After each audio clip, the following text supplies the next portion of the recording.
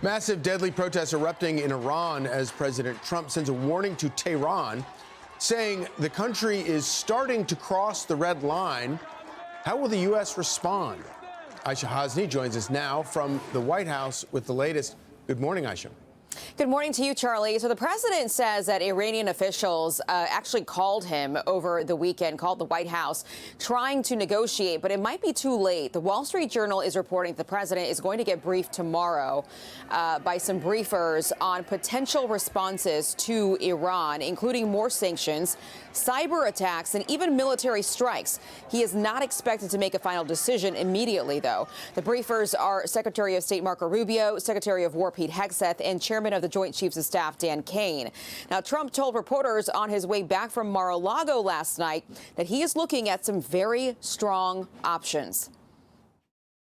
On Iran, have they crossed your red line yet to trigger a response? Well, no, they're starting to, it looks like, and there seem to be some people killed that aren't supposed to be killed. These are violent, if you call them leaders, I don't know if they're leaders or just they rule through violence. But we're looking at it very seriously. The military is looking at it, and we're looking at some very strong options. We'll make a determination. Human rights groups report the regime has already massacred more than 500 people as protesters are defying the Ayatollah's crackdown. And there's an ongoing internet blackout in that country. The president says that he is getting an update. He's being briefed hour by hour, and he's actually meeting with the Secretary of State later this morning. Charlie? Thank you, Aishah. You got it. Let's bring in Hudson Institute Senior Fellow Rebeccah Heinrichs. Great to see you this morning, Rebeccah. Thank you for joining us. So what do you think are the realistic options that are on the table right now for President Trump, and how effective do you think those options will be? Well, good morning, Charlie. First of all, I think that when we're talking about this briefing that the president's going to receive on Tuesday that's been reported, our viewers should know that President Trump definitely already has options in mind, and right. He has been regularly briefed by the military about the situation there. So this briefing that's supposed to happen tomorrow might in fact be part of a deception campaign. It would not surprise me if President Trump initiated some kind of U.S. activity to support the protesters before that briefing. But the various things we can do, we can already conduct cyber attacks against regime targets to give some reprieve to the Iranian protesters. We can get Starlink in there with Elon Musk to make sure that the Iranians have the ability to communicate with one another during this blackout in the part of the regime. And the United States can initiate military strikes against IRGC, that's the military wing that's protecting the regime right now. We can conduct strikes against them, or we can go against other military targets, their ballistic missile program, their Iranian nuclear program again, Charlie, again as well. So there's various scoped options that the United States could take. So on the Starlink thing, obviously we're seeing images from Iran that the government doesn't want us to see. And some of that is getting around the blackouts because of some limited Starlink activity. But there is talk of trying to expand that. How does that work exactly?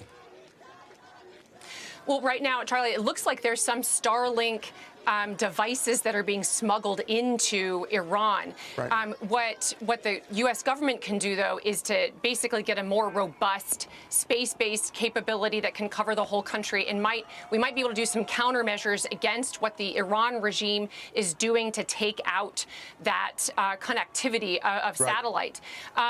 Remember, the Chinese have been backing the Iran regime, so we're starting to notice some technology that seems pretty sophisticated that the Iran regime is using in order to try to counter the Starlink that has been smuggled into the country. So the United States is going to have to conduct two things, get those devices in for the Iranians, get it in the air, and then also do some counter cyber strikes against the Iran regime. Right. Okay, I want to turn to this.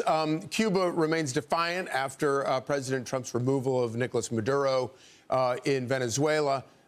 President Trump posting to Truth Social, there will be no more oil or money going to Cuba. Zero. Strongly suggests they make a deal before it's too late. Cuban president responding thus: Cuba is a free, independent, and sovereign nation. Nobody dictates what we do. Cuba does not attack.